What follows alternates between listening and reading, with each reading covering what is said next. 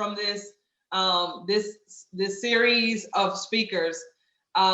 Miss Barbara that we're going to have on next, I vetted her. She was one of my first people that I wanted to come on. And the reason why, because of what she said her name was. She said she was the leading authority on women, wealth, and power. And so when I heard that, please can y'all turn off the sound on here? I don't hear that repeat. When I heard that, guys, I said she needs to be here. So guys, when I said that, the word going forth, she is here. Yes. I want to read your bio, just a little bit of it, just a small bio, but so people can know who you are. And I don't know if I'm pronouncing your last name correctly, but it's Huson. Is it Houston? Oh, that's okay. Yay. Okay. Miss Barbara Huson, previously known as Barbara Stanny, is the leading authority of women, wealth, and power. As a best-selling author, financial therapist, teacher, and wealth coach, Barbara has helped millions take charge of their finances and their lives. Barbara's background in business, her years as a journalist, her master's degree in counseling, psychology, her extensive research, and her personal experience with money give her a unique perspective and makes her the foremost expert on empowering women to live up to their financial and personal potential. Barbara is the author of 6 books, and her 7th book, new book coming, I think it's 2021, Rewire for Wealth, will be published January 2021. And I'm so excited, guys, to have Miss Barbara on the show. So I know if I had people cheering at the big conference and you standing on the stage, everybody be like, yay, you know, and standing up and clapping. But thank you, Miss Barbara, for being on here. Thank you. My God, that was such an enthusiastic introduction. I wouldn't have missed that for the world. Thank you for having me. Thank you, Miss Barbara. You know, when I saw financial therapist, and I was like, I need to know exactly what that means. Because, you know, for entrepreneurs and just women in general, one, either we're spending too much or we're not creating enough revenue, you know, to do what we need to do to help us in the next step. So can you just start off by telling me, what is a financial therapist? My background, I was trained as a psychotherapist. I did not want to be a psychotherapist. Wow. But what I do is, because problems with money are never about money. There's always something deeper. And I know in my own case, I spent the first 40 years of my life in this big, thick financial fog. And I'm a smart woman. I had my master's degree and I didn't understand money. And no matter how hard I tried, my eyes would glaze over, my brain would fog up. I was raised in a wealthy family, and the only advice my father ever gave me about money was don't worry. So I didn't worry. I just, but it turns out my husband, who was a stockbroker, and I let him manage all the money, he was a compulsive gambler. Wow. And over the course of 15 years, I let him manage the money, even though every year I'd find out many times a year he had lost my inheritance. And I continued to let him manage it because that's how terrified I was and intimidated by anything financial. And I realize now, because everything I did, you know, I read the books, I went to classes, I did all the things you're supposed to do, and my eyes would glaze over, my brain would fog up. And it wasn't until I started doing what I call the inner work of wealth and really looking at my attitudes and beliefs and the early conditioning I had around money, that's when I started to change. And so, yeah, it's because there's so much more to being smart about money than just knowing the difference between a stock and a bond or how to negotiate a deal. So much more. Absolutely. You know, you're saying this, but I mean, this is getting really deep because you think about it. Sometimes in business, people hinder themselves because they don't believe that they're even worth passing a certain place in business. Like reaching a certain place. So when you talk about the inner wealth, what is it that a person needs to have inside to be able to help them reflect to profitability on the outside, if that makes sense? Well, what I found that really financial success is a four-pronged process. There's what I call the outer work of wealth, the inner work of wealth, the higher work of wealth, and the deeper work of wealth. Ooh. And everybody always starts with the outer work of wealth, the practical stuff and how to save and how to invest and all that stuff, which is important.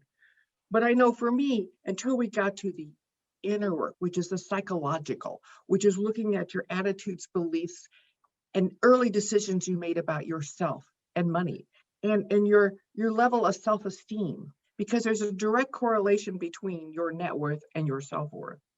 And so it's Yeah. important to really, and then there's the third, which is the higher work of wealth. And I believe that's what motivates women. I mean, what motivates women is not having the money, it's what we can do with the money. And the Right. higher work is that I believe we are all here for a purpose. And we cannot possibly pursue our purpose and play full out if we're drowning in debt or struggling to make ends meet. Absolutely. And there's the fourth prong, which is what I call the deeper work of wealth, and that's the mind-body connection, the mind-brain connection, because our behavior is controlled by our brain.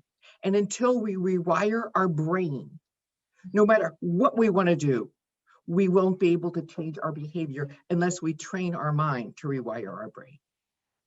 How do you train your mind? How can a person train their mind to transform their brain? You want to know how? Yes. This is what my next book is about, but I will tell you, you will get the inside peek, the early. So here, let me just give you the little backstory. So the brain is an organ, a tangible organ in our head that works on chemical electrical impulses. And it controls our behavior.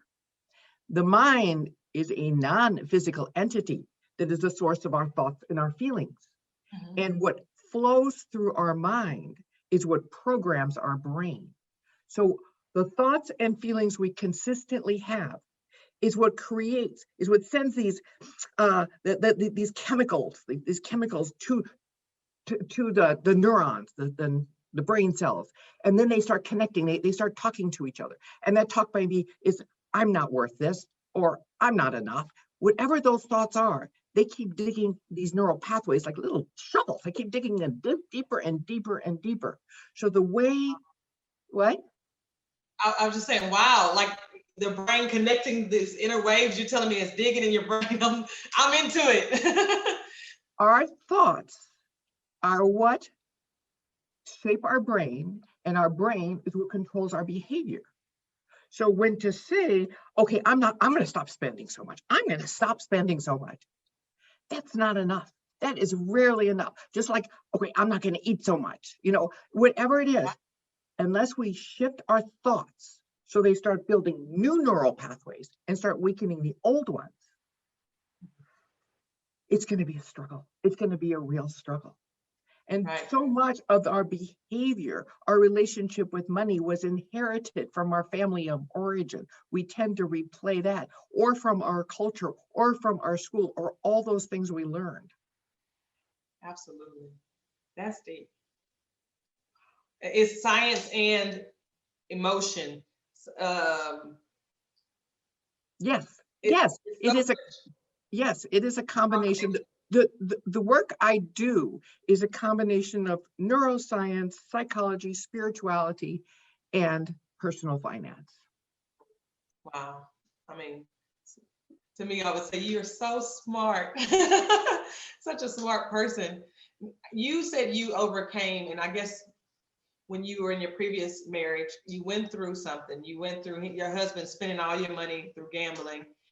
How did you overcome that? Like so that means you had to find a way to piece out of that puzzle, find a way out of that place. I did, and it was scary as hell because I had freedom. Not only did my husband gamble away the money, But Hmm. right after our divorce, I got tax bills for over $1 million, for Oh, 800 and some $1,000 for back taxes my ex didn't pay, for illegal deals he got us in. As my signature was on everything. He had left the country. I had nowhere near $1 million. I mean, nowhere even close. And my father wouldn't lend me the money. And I wow. had 3 daughters. One was just a baby. I was not going to raise those girls on the street. So I started reading books, and like I said, and going to classes, and my brain would fog up and my eyes would glaze over. But I was committed. As I said, I was not going to raise those girls on the street. And I really believe when you make a commitment, like a down to your toes, no holds barred, no back door, the universe revolves to help you reach your goal. So at the time, I was a journalist for the San Francisco Business Times, and I got hired for a freelance project to interview women who were smart with money. And Ha! those interviews changed my life. I not only got smart about my money, but I wrote my first book, Prince Charming Isn't Coming, How Women Get Smart About Money. And suddenly I had this whole new career. And I was traveling around the country doing financial education for women who knew. But I couldn't make money. No matter how hard I worked, and you can ask my daughters, I was gone all the time. No matter how hard I worked, I couldn't make money. So I decided to interview women who made lots of money. And I started making over 6 figures before I even finished writing my next book, Secrets of 6-Figure Women. And then I wanted to see if I could teach others what I was learning. Yes. So I started giving overcoming under earning workshops, and that became my next book. And then I thought, I've made 6 figures. Now I want to make millions. So I interviewed women who made millions, and I wrote my 4th book, my next book, Sacred Success, A Course in Financial Miracles. You are a phenomenal woman. You are exceptionally phenomenal. Oh, thank Speaking you. of, I needed that. Thank you. I don't feel phenomenal today. So thank you for saying that. I'm serious. I honor you. I mean, it's awesome to me when you're seasoned and you have the wealth of knowledge because of experience, not in a book, a textbook, but experience, the hard knocks, understanding the pressures. And I think what even you were saying of you not wanting your children to be on the street, living on the street. So you had to find a way to press out of that situation, to build and continue like the domino effect, to push yourself to where you are. That's huge. And for entrepreneurs that are watching right now, and that will watch, how do I would say someone that's just starting out and they don't have anything, I asked a few of the people, what is it or what character traits do they need to have? You know what you've been through right now. You know what you've had to overcome. What character traits from the beginning, the starting place of when you had nothing, what are like the top 3 character traits they need to encompass in order to press them to be the better leader and to get to the place where you are at this point? Well, one thing, nothing succeeds, nothing, unless you're totally committed. Mm-hmm. So commitment, you have to have commitment. And I believe the second thing you have to have that goes right along with that, it's a commitment to purpose. That I believe if you're purpose driven, you'll be so much more apt to be committed to something and go through the challenges and the obstacles and all the crap that comes up, and you'll just keep going when you're committed. So you need to be committed, you need to be purpose driven, and you need to be profit driven. That is, money is a good thing. You want to make money. That money is important. That not only is important to make money, but it's important to manage it wisely. And one of the biggest mistakes that all entrepreneurs, but especially early stage entrepreneurs make is putting all their money in their business and calling it their investment. That's scary. That's scary. And then they put their money and they have some hard times and then they go into debt. And that just puts it in a downward spiral. Yeah. So pay yourself first. That's what you're saying. Pay I'm saying yourself. pay yourself first and don't overextend yourself. If you can't afford it, you don't buy it. Oh, there you go. Did y'all Because hear that? yes, the thing that I find entrepreneurs do not want to do, and that's thinking about managing their money. And for many reasons, people have their own reasons, but they don't do it. And that's what undermines their success quicker than anything. Yeah. Wow. If you don't have the money, don't buy it. Manage your money. Now, how do you manage your money? What do you? There's three things you do. I'm all about wealth. I don't want them just to get your money together. I want you to create wealth. And I define wealth as more than enough. And you know it. So in other words, it's not an amount. It's not an amount at all. You just know you have more than enough to meet your needs. Right. And you know it.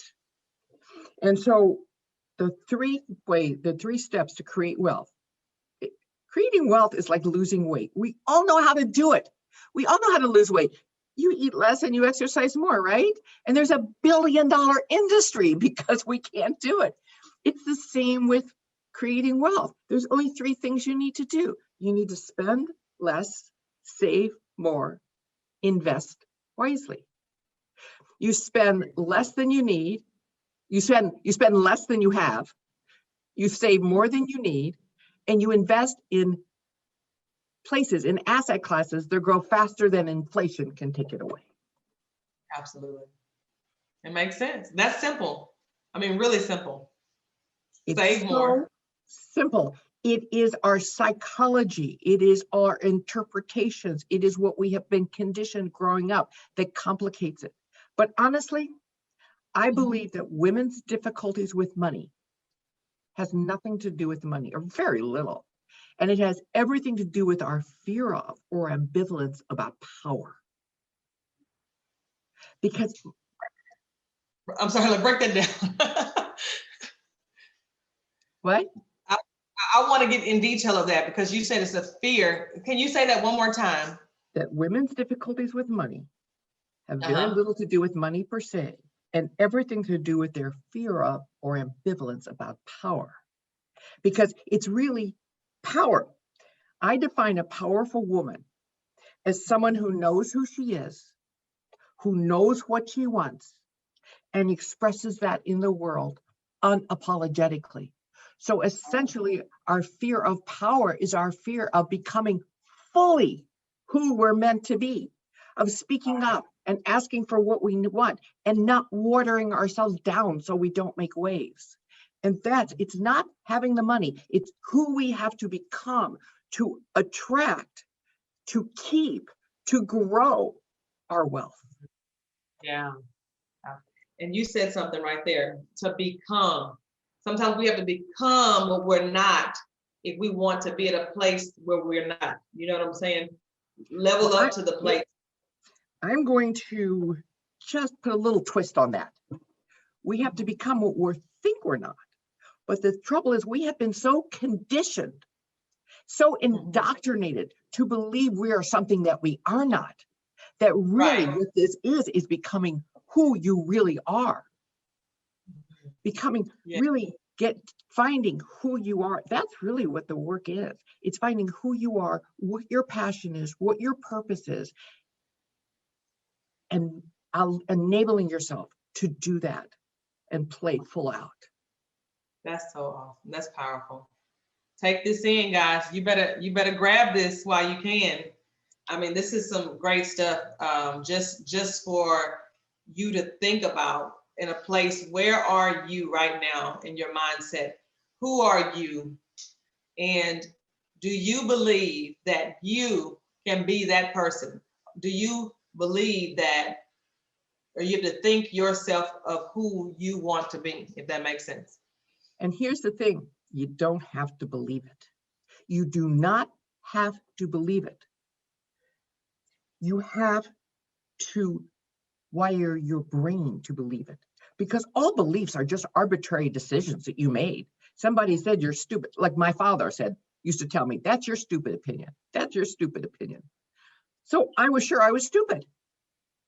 Now, I'm not stupid, but I spent most of 45 years of my life feeling like I was stupid. I had to rewire that to Right. believe, because it was just an arbitrary belief. And so we don't have to believe it. But if we think something enough, if we change our thoughts consistently, we wire it in our brain and we will believe it. Yes. Yes. Wow. We will believe it. Once you program your brain to believe it.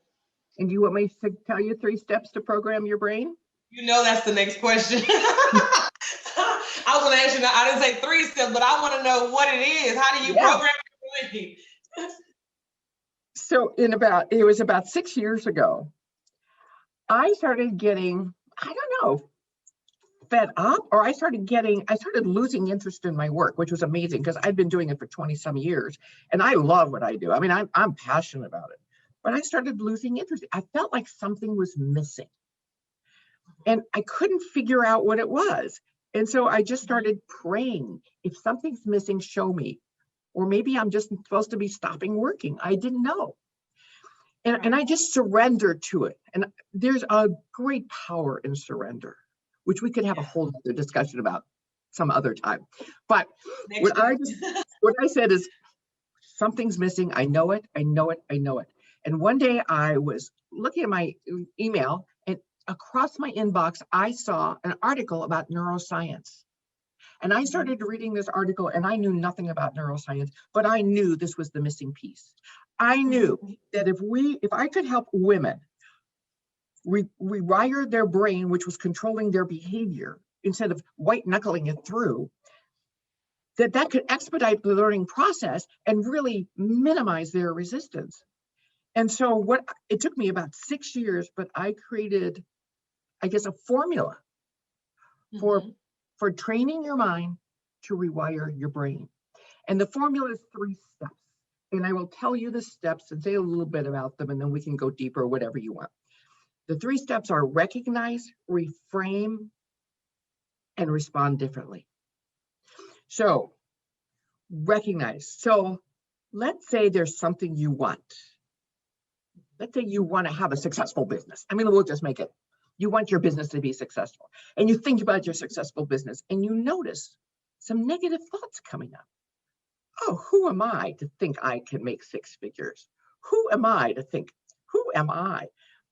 I don't know why that just came up. And so what the first thing you do is recognize the negative, judgmental, critical, unhealthy thought. Just recognize. But you recognize it not with criticism or judgment. You recognize it with curiosity. You notice your thought. You observe it with curiosity. You use the words, oh, isn't that interesting? And then you say, I am having a thought about who am I to do this? Not who am I to do this, but I'm having a thought about it. That separates you from your thoughts. You are not your thoughts. Your thoughts are not true. They're just stuff that has just been programmed in you. So the first thing you do is recognize it. Oh, isn't that interesting? I'm having a thought about who do I think I am? And then second, reframe it. How can you see it differently? How can you reinterpret it? So instead of thinking, who am I?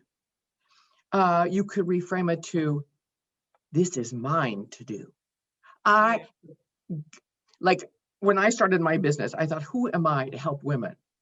And my second husband, who was a money manager, laughed at me when I told him I wanted to do coaching for women on finances. But I said, this is mine to do. God gave me this. This is mine to do. And so every time I had this thought that said, who am I to do this? I would think, this is mine to do. And then I would respond differently.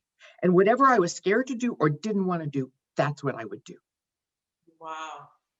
And so you keep recognizing those negative thoughts. You keep reframing them. Really just putting affirmations is what they are. And then you respond differently, doing what you don't want to do, or you don't feel like you can do, or don't want to. You will in just a few months, rewire that brain, and you'll notice it gets easier and easier and easier until you don't even think about it. Recognize, reframe. Wow. Recognize, reframe, Respond differently. respond differently. Somebody need to put that in the cues. That's powerful. I mean, You know, I think the reason so many successful women have imposter syndromes, and I just, you know what the imposter syndrome is, feeling like a fraud and afraid others were going to find out. So many. I was shocked how many successful women I've interviewed who are making 6, 7, and 8 figures felt like that. And I really believe it's because they responded differently and they powered through and they became successful, but they didn't reframe those unhealthy thoughts that have been conditioned. So they felt like a fraud, even though the world didn't see them like that. They didn't change their thinking. Yeah, that's it. And also the second one is recognize. It's not refrain, it's reframe. Yeah, she did it. Reframe. Perfect. Okay. Thank you, Pamela. That's awesome. Recognize, reframe, and respond. Barbara, you are full of so much, and I hope that you'll get to come back to, or you decide to come back, because you were just telling me something else that we could go into, and I'm like, okay, let's go into it. But I know I'm trying to keep the time limit and the 30 minutes and all this, but I wanted to, I think you have a free gift online for everyone. I'm not sure, or Yeah, I think yeah. Oh, Lori, thank you. Barbara speaking to my soul. Oh, thank you. I want to speak to people's souls. Yes. awesome. Thank you. Yes, we do have a free gift, and it's guide. It's an MP3 download, and it's a guided meditations for overcoming under earning. It's a series of guided visualizations for overcoming under earning, and it's really powerful, very powerful. I don't know if we have the link, or if Carney was able to send me the link, but what I can do, guys, wait, it's on here. Is it on here? Okay. Someone just put it. Oh, that's okay. That's free gift link. But, okay, awesome. But you know something? That's not going to get you to the free gift. Okay. But if they do that, if they click that, they will get another free gift. And you know what the other free gift is? It is an ebook called The Rewire Response, which tells you how to rewire. Tells you exactly, it goes through it and gives you examples on how to rewire. So awesome. So I don't think we got the one with the downloadable file. For some reason, Carney, I don't know if she emailed me or anyway, but we'll get it to you guys. For those that are watching, we will send it some kind of way. And Barbara, we want to thank you for being on the show. Make sure you get her book, and I will be reading this. You're making me self-reflect right now. So I'm trying to think, okay, reflect on myself. Okay, what is going on here in my brain? You know, am I missing some steps here or there? And so it's so important that we all self-reflect. This series is here for you entrepreneurs. Whether you've been, and some of you guys have been in business for a long time and you're doing different deals even now, but this can help you break you down and show you a different way to rephrase your things so that maybe you can make a better deal. So you were thinking in one way, and then now you can change it up and do something else. So Miss Barbara, thank you very much. It's an honor to have you here today. Thank you. You made me feel really good. So thank you so much. Oh, you're so sweet. I'm serious. This is the truth. You know, it's funny because my friends, specifically my family, they'll say, you're so loud. And I've always been like that. Everybody know me. I'm loud and fun and just talking and everything. But, you know, I'm so honored. Like, this has been a dream of mine to have my own talk show. So for you to be a part of it, and to be able to pour into the lives of these people watching, it's just phenomenal. It's an extraordinary woman. I'm thankful. I'm grateful. So well, I am thankful, and I'm grateful too. So it's a win-win. Okay. I definitely would love to keep connected. And so guys, check out her website, buy her book. I'm telling you, you'll get a definite, you'll get help with what you're in. So